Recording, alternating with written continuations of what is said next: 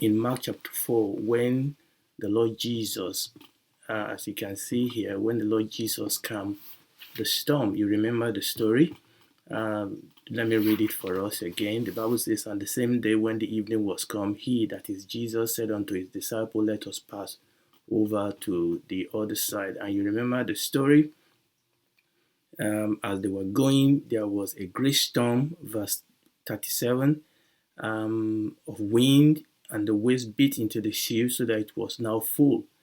And the Lord Jesus was sleeping on a pillow, and they woke him up, and the Bible says they told the Lord Jesus, we are going to perish. And what they said exactly is this: Master, carest thou not that we perish? They were even accusing the Lord Jesus of not caring.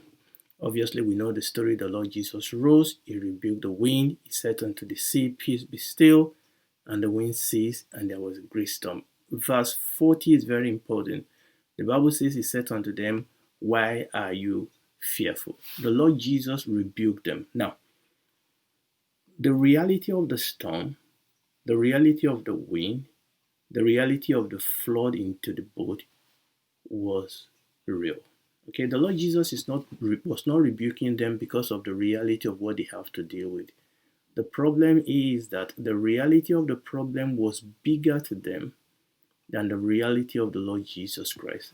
And when you look through the story and the ministry of the Lord Jesus Christ, this has been one of the main one of the main lessons he was trying to pass across. Who do you say that I am?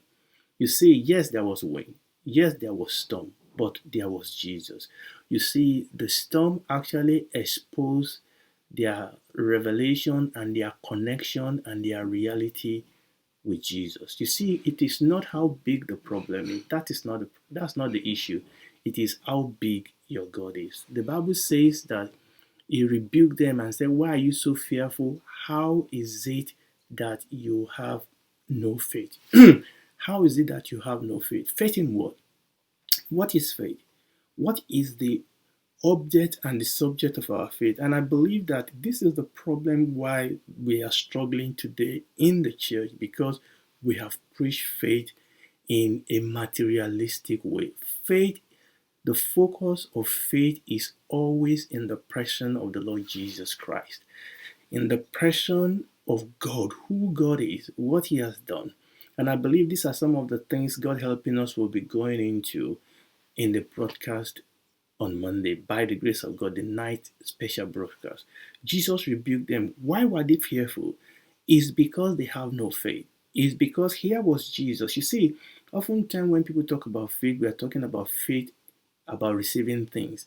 Faith is always in the person of the Lord Jesus Christ. Faith is always in the person of God. And that was the problem. Here was Jesus, who has been with them for about 3 years now. He has performed miracles, but the reality of the wind was bigger than the reality of the Lord Jesus Christ. And that was why he rebuked them. That yes, there was storm. Yes, there was the wind, but I am here. And the Bible says that he rebuked them, and the wind calmed down. And the Bible says, and they fear exceedingly and said one to another, what manner of man is this, that the wind and the sea obey him? In fact, that is a lesson they should have learned before now. That Jesus is not like any other man. That the man in the boat is the Lord of the wind and the storm. That is where their faith failed them. Okay, they've been eating, manna, they've been eating bread. Jesus has been doing all those miracles. But unfortunately, they've not had a revelation of this man, at least an abiding, settled, everlasting revelation of who Jesus is. And that was the lesson. The Lord Jesus Christ actually used this situation as a teaching opportunity for them.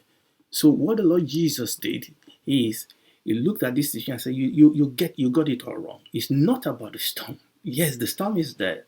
Okay, faith doesn't ignore the reality. The storm is there, the pain is there, the sickness is there, but it's primarily not about those things. It's about the power, the grace, the love, and the provision of God. And that was exactly the lesson the disciple learned. I'm believing God that you and I will learn the same lesson as we go through this pandemic. That you know what? Our God is not a man that he should lie. What manner of man is this, they said? Even wind and wave obey him.